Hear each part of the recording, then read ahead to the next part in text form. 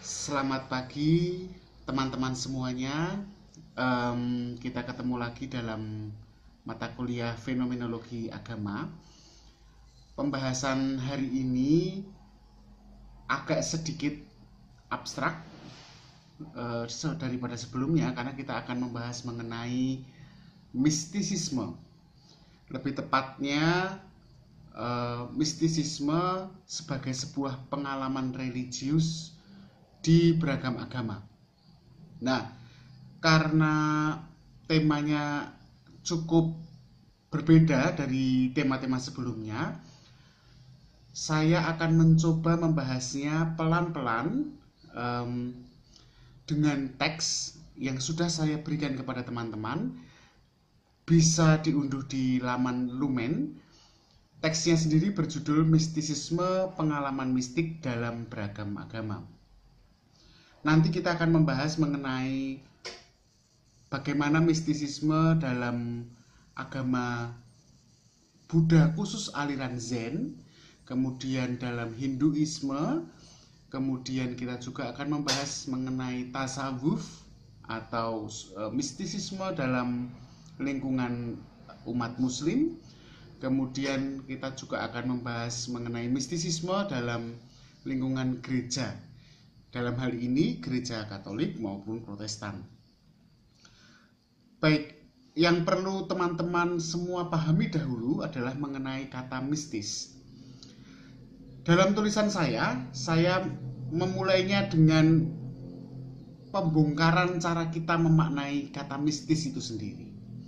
Selama ini kata mistis itu memiliki makna yang jauh dari arti sebenarnya. Kita itu sering mendengar dalam lingkungan kehidupan kita sehari-hari, mistis itu berarti sesuatu yang goosebump, yang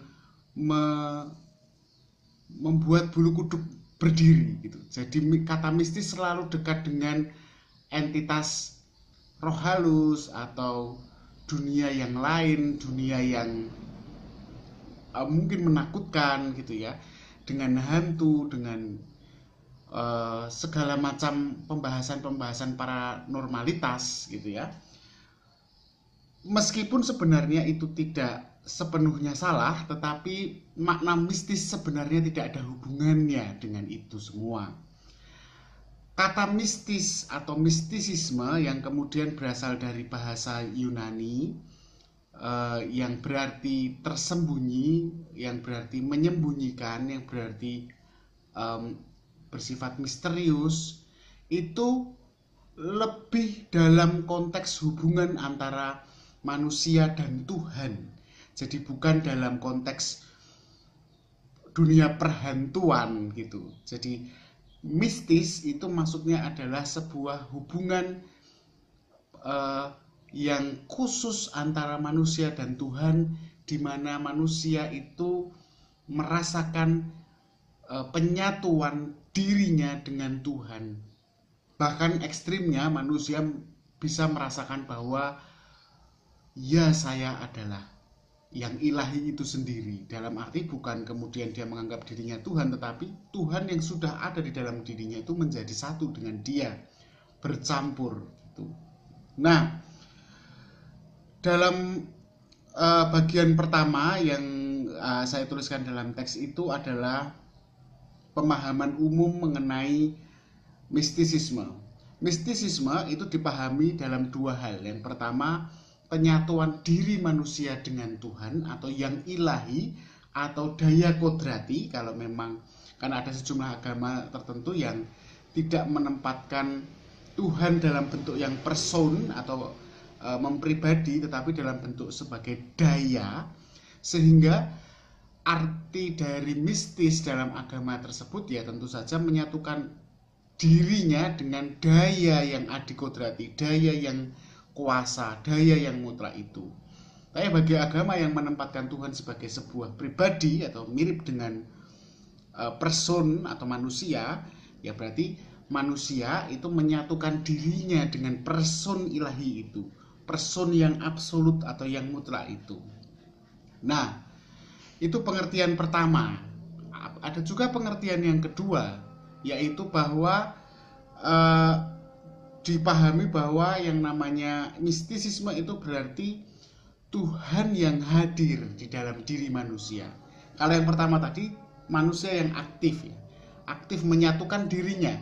Sedangkan yang kedua, dari pihak yang ilahi yang masuk ke dalam diri manusia, yang menyatu. Nah, bagaimana proses menyatunya? Nah, ini menggunakan praktek-praktek secara religius tentunya.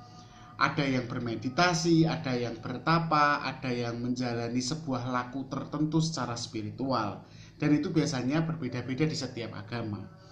Maka dari itu, kita akan membahasnya satu persatu. Nantinya tentu saya harus juga ikut membaca, sehingga nanti kita akan bisa memahami arti dari teks itu bagian per bagian. Kira-kira ada pertanyaan dari teman-teman sementara ini? Kalau ada, silahkan langsung dikirimkan melalui WA Group, dan kita akan membahasnya. Baik, kalau tidak ada pertanyaan, maka saya akan lanjut kembali ke pembahasan kita pada bagian atau halaman yang kedua. Pemahaman atau pengertian umum mengenai mistisisme itu sendiri tidak bisa diterima ternyata oleh sebagian aliran keagamaan, khususnya dalam hal ini Hinduisme dan Buddhisme. Karena kan kalau dalam pengertiannya tadi kan adalah penyatuan antara Tuhan dan manusia. Sedangkan di dalam Hinduisme kita tahu bahwa konsep ketuhanannya adalah panteisme atau panenteisme, di mana dia menyatakan bahwa segalanya itu adalah satu. Tidak ada keterpisahan antara manusia dan Tuhan, tidak ada keterpisahan antara alam semesta dan manusia, tidak ada keterpisahan antara Tuhan dan manusia dan alam semesta. Tidak ada pluralitas, semuanya adalah satu. Maka bagaimana mengatakan penyatuan ketika segalanya memang sudah satu dan tidak mungkin dipisahkan? Kemudian pengertian tadi juga tidak bisa dipahami oleh aliran Buddhisme, karena dalam aliran Buddhisme justru tujuan religius utamanya adalah pengosongan, bukan penyatuan. Penyatuan kan berarti sesuatu yang menjadi berisi gitu kan. Manusia menjadi terisi oleh Tuhan gitu. Padahal dalam tradisi religius Buddhisme itu justru pengosongan itu menjadi nirvana, tidak ada apapun. Itu artinya kan memang kosong.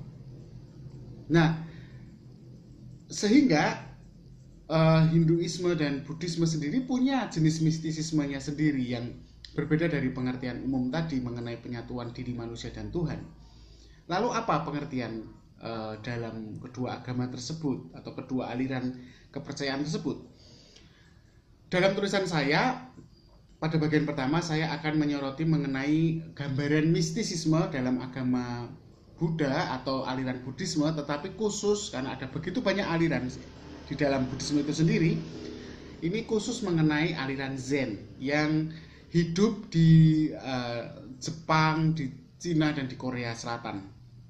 Aliran Zen sendiri tidak bisa lepas dari ajaran Tao dan dari aliran Buddha Mahayana. Nah, di dalam aliran Zen itu mistisisme itu tampak dalam ajaran meditasinya, di mana di dalam ajaran meditasinya itu bagaimana manusia itu bisa meraih tingkat atau suasana diri yang ilahi gitu. Nah, langkah atau tujuan dari sebuah meditasi sebenarnya adalah sebuah pengosongan diri. Karena pengandaiannya ketika manusia itu bisa mengosongkan dirinya, dia akan mematikan segala pikiran dan kesadarannya, di mana kesadaran dan pikirannya itu akan lenyap dan diganti dengan ketidaksadaran. Ketidaksadaran ini bukan artinya bahwa manusia kemudian tidak bisa berpikir atau tidak sadar atau pingsan, tidak. Ketidaksadaran ini adalah salah satu tingkat berpikir di mana dia tidak berpikir. Kenapa? Karena kesadaran itu sendiri dalam pemahaman Buddhisme itu di dalamnya ada sebuah nafsu dan hasrat. Jadi ketika ada nafsu dan hasrat, manusia itu selalu ingin itu, ingin ini, dan sebagainya itu, maka sebenarnya di titik itulah manusia terbatas. Dengan mencapai situasi yang tidak sadar, kosong segalanya, pikiran kosong, pencerahan itu akan hadir. Pencerahan itu akan hadir justru ketika manusia itu tidak bernafsu untuk dapat pencerahan loh. Jadi ketika manusia itu, oke, saya bermeditasi. Untuk apa kau bermeditasi? Supaya saya dapat pencerahan. Ketika manusia mengatakan supaya saya dapat pencerahan, itu sebenarnya justru ada nafsu tentang pencerahan dalam dirinya saat bermeditasi, dan dia tidak akan mendapatkan pencerahan. Pencerahan dalam tradisi Buddhisme adalah suasana ketika dia tidak dengan kesengajaan, dia tidak dengan keinginan dan hasratnya, tetapi begitu saja ada pencerahan hadir, manusia yang kosong itu tadi akan menjadi tak terbedakan dari alam semesta dan dunianya di sekitarnya. Dia akan menyatu, dan penyatuan dia dengan segala yang ada di dalam dan di luar dirinya dalam situasi yang kosong ini akan menjadikan dia tidak terbatas atau tidak terikat oleh waktu, tidak terikat oleh ruang, dan dia merasakan ada sebuah keilahian atau pengalaman ilahi dalam dirinya. Jadi entitas ketuhanan itu sendiri sebagai sebuah pengalaman, bukan sebagai person only Tuhan ada bentuknya Tuhan sebagai seseorang yang adikodrati, kan tidak. Dalam konsep ketuhanan agama Buddha kan Tuhan itu berarti sesuatu yang adikodrati, sesuatu yang besar dan kuat gitu, yang melampaui manusia, dan manusia kemudian ternyata merasakan itu dalam dirinya, dalam suasana di mana dia sudah ada dalam situasi bodhisatwa itu tadi. Nah, itu pemahaman dalam agama Zen Buddhisme. Tentu saja di dalam tradisi Buddhisme yang lain akan berbeda, tetapi dalam tulisan itu saya juga menggambarkan secara garis besar meditasi semacam apa sih sebenarnya yang dilakukan oleh umat Buddha dalam mencapai pengalaman mistisnya. Ada tahap-tahapnya, di mana dia pada tahap pertama dia mengosongkan pikirannya, kemudian melepaskan dirinya dari segala kehendak. Kemudian itu tahap-tahap itu sudah kita bahas juga kemarin dalam pembahasan minggu kemarin mengenai doa dan meditasi. Baik, selanjutnya adalah mengenai mistisisme dalam Hinduisme. Dalam Hinduisme, mistisisme tidak bisa dilepaskan dari 3 kegiatan atau 3 jenisnya. Yang pertama adalah yoga, yang kedua adalah mistisisme yang non-dualis, dan mistisisme yang bergerak dalam level cinta akan Tuhan. 3 gerakan mistisisme ini sendiri sebenarnya tidak bisa terlepas dari banyaknya aliran yang tumbuh dalam agama Hindu, di mana setiap aliran ini memiliki konsep ketuhanannya yang mirip, tetapi sesungguhnya juga secara fundamental berbeda. Dalam mistisisme yang pertama, yoga, tentu banyak teman-teman sudah memahami karena memang itu menjadi konsumsi, atau yoga itu sendiri sebagai sebuah aktivitas itu sudah bukan saja dijalankan atau dikonsumsi oleh masyarakat Hindu sendiri, tetapi sudah menyebar ke masyarakat awam non-Hindu, khususnya sebagai olah tubuh atau gerak gitu ya. Tetapi sebenarnya mistisisme dalam yoga itu mengacu pada sebuah pemahaman bahwa manusia bisa mencapai penyatuan dirinya atau penemuan dirinya dengan yang ilahi lewat sebuah tahap yang dikenal dengan nama enstasis. Enstasis ini berbeda dengan ekstase. Kalau dalam tradisi kita kemarin sudah mencoba membahasnya juga di dalam tema doa dan meditasi, ada proses di dalam pengalaman religius itu manusia mengalami sebuah ekstase. Ekstase itu adalah saat jiwa manusia itu seolah keluar, kesadarannya itu kemudian mati gitu ya.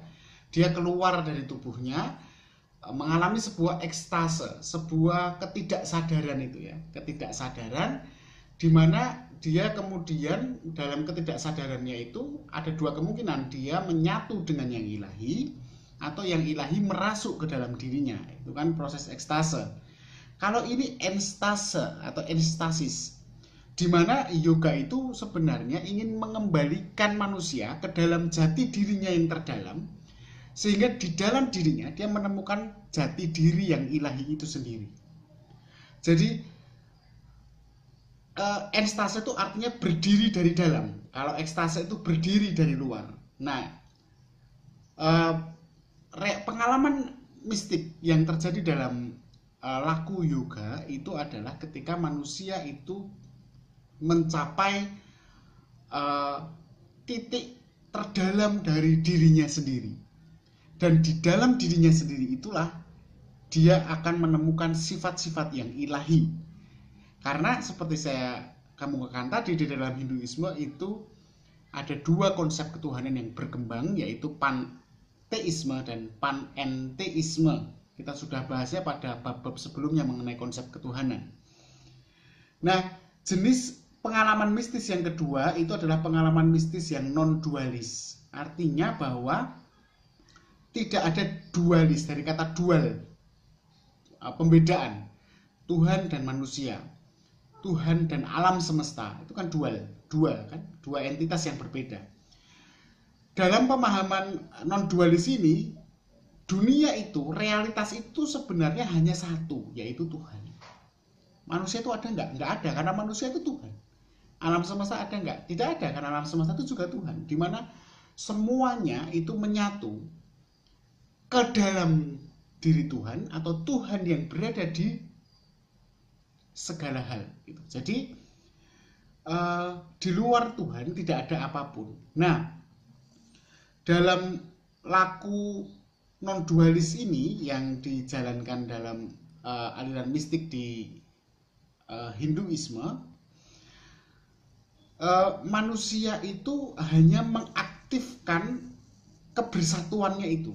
Jadi tidak ada yang perlu disatukan lagi, tetapi dia dengan konsentrasi yang tinggi, ya toh, kalau dalam bahasa yoga itu disebut sebagai dharana, sebuah konsentrasi, fokus, sehingga melepaskan segala hal yang ada di luar dirinya maupun yang ada di dalam dirinya, sehingga dia kemudian mencapai keutuhan gitu, kesatuan yang utuh dengan alam semesta dan Tuhan.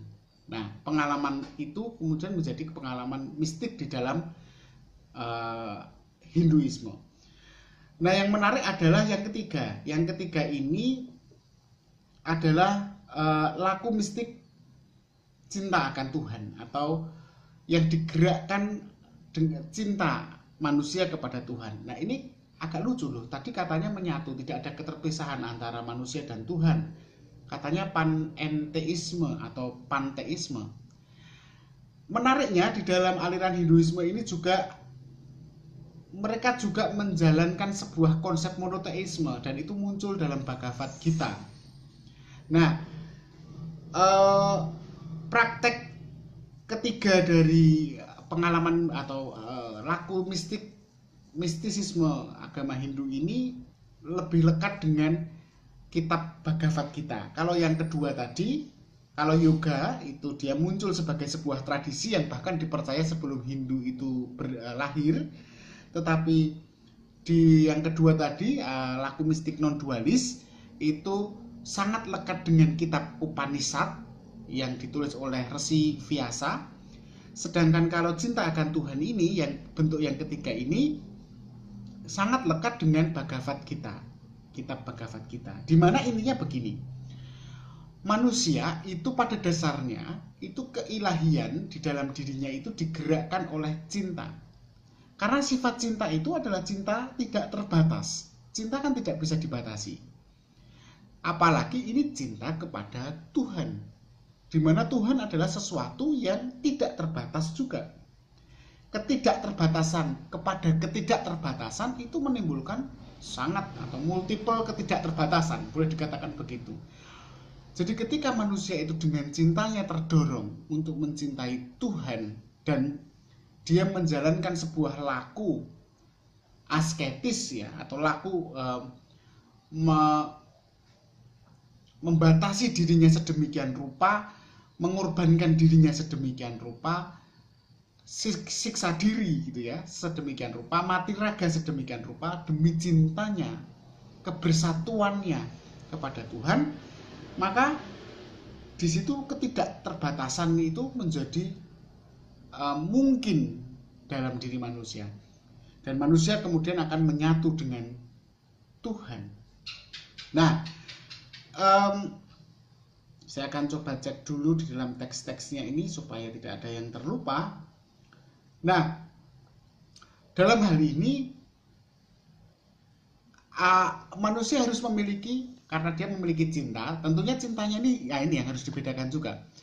Bahwa cinta manusia kepada Tuhan dalam konteks ini adalah cinta yang agape, cinta yang tanpa hasrat, cinta yang tidak mementingkan diri sendiri, bukan cinta yang eros. Cinta akan dibagi menjadi dua, cinta yang agape, cinta yang eros. Nah, dalam cinta agape ini kemudian manusia punya partisipasi aktif atau sebuah gerakan, tapi bukan digerakkan oleh hasrat, tetapi digerakkan oleh cinta itu sendiri untuk menyatukan dirinya dengan Tuhan. Dan dalam situasi seperti ini manusia akan merendahkan dirinya serendah-rendahnya. Dia akan menempatkan dirinya bukan sebagai yang satu tingkat dengan Tuhan, tetapi yang betul-betul bukan siapa-siapa, bukan apapun juga. Aku mencintaimu, dan kemudian kita menyatu di dalam satu. Nah, kalimat-kalimat semacam ini yang kemudian muncul dalam mantra-mantra laku religius cinta akan Tuhan di dalam agama Hindu. Jadi kita yang harus dipahami adalah bahwa di setiap agama itu sendiri kan muncul banyak aliran, sehingga laku spiritual mistiknya juga tentu beragam. Sementara itu dari agama Hindu, apakah teman-teman ada pertanyaan?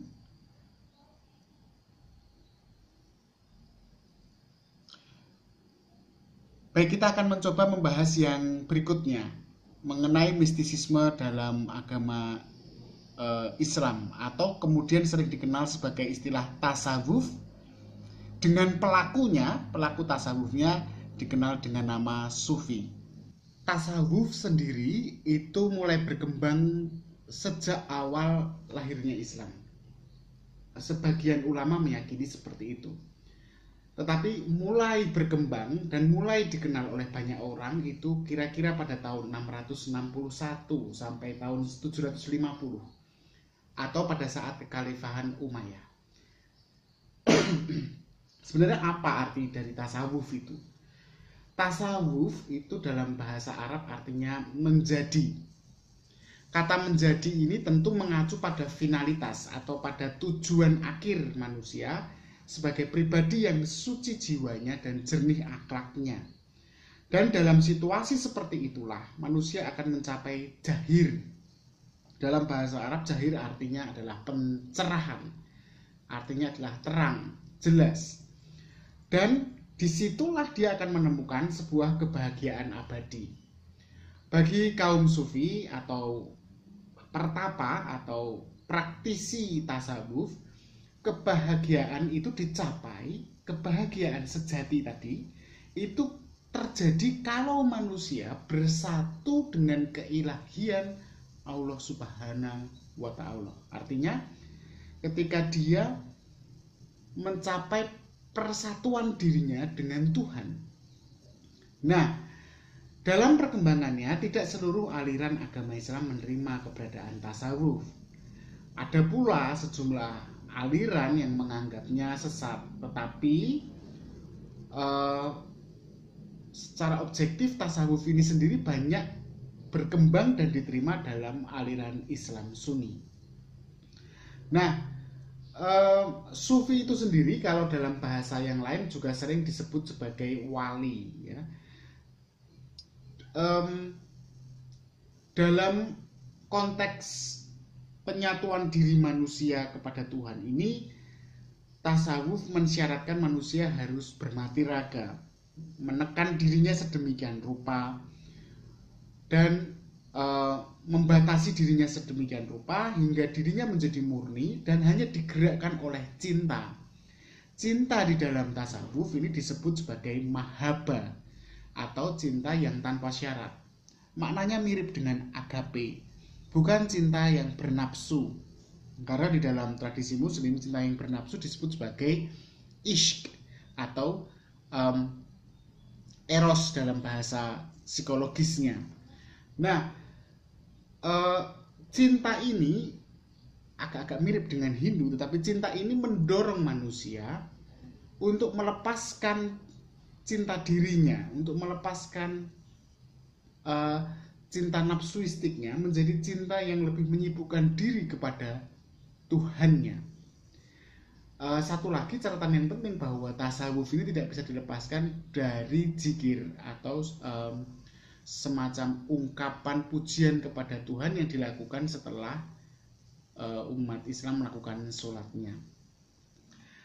Kemudian mistisisme berikutnya adalah mistisisme di dalam, tadi kita sudah membahas tentang Buddha, Buddhisme khususnya Zen, kemudian Hinduisme khususnya untuk yoga, kemudian ada mistisisme yang lekat dengan kitab Upanishad, kemudian ada mistisisme yang lekat dengan kitab Bhagavad Gita atau cinta akan Tuhan. Kemudian kita sudah membahas mengenai tasawuf.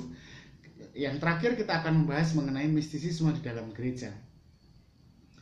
Mistisisme di dalam gereja ini tentu awalnya berkembang dalam Kristianitas awal atau gereja perdana, dalam hal ini gereja Katolik.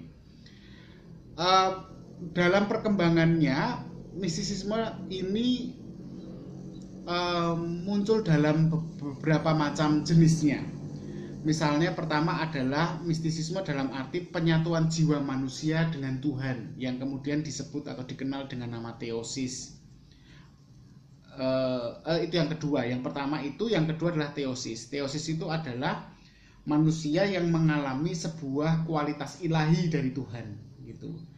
Lalu yang ketiga kemudian sering juga dikenal dengan nama Lectio Divina, atau ketika mistisisme itu diraih dengan merenungkan, memeditasikan, mengkontemplasikan isi dari kitab suci. Nah, jenis tiga mistisisme di dalam gereja ini terus berkembang sejak gereja perdana hingga pada abad pertengahan, di mana muncul ordo-ordo seperti Dominikan, Fransiskan, dan tentu ordo yang lain. Tetapi yang lazim dikenal adalah dua ordo biarawan. Jadi di mana di dalamnya pada masa itu para biarawan itu salah satu tokohnya adalah Fransiskus Assisi dan Dominikus, ya. Karena Fransiskus kemudian menjadi Fransiskan, Dominikus menjadi Dominikan. Tapi jauh sebelum munculnya dua ordo itu sebenarnya mistisisme itu sudah gejalanya muncul saat Santo Yohanes itu mencoba mengenalkan mengenai pengalaman mistik, ya, di mana cinta yang mendalam kepada Tuhan itu akan memberi kemampuan manusia untuk merasakan kehadiran Tuhan di dalam batinnya. Jadi Santo Yohanes dalam hal ini menekankan sebuah tindakan akal dan sebuah tindakan batin yang memusatkan dirinya kepada Tuhan, sehingga tiada lain selain Tuhan yang hadir sendiri di dalam diri manusia. Pandangan Santo Yohanes ini kemudian dilengkapi oleh pandangan Santo Paulus bahwa untuk sampai ke tahap itu kita tidak hanya membutuhkan sebuah kondisi batiniah atau intelektual, tapi lebih-lebih dalam kondisi tubuh, gitu ya. Sehingga dipengaruhi oleh filsafat Yunani, stoicisme tentang siksa diri, penahanan bermati raga, gitu ya. Itu ugahari, ya, istilahnya ugahari. Dalam ugahari itu artinya berpuasa, kemudian menghindari segala tindakan-tindakan yang menyenangkan diri dan tubuh.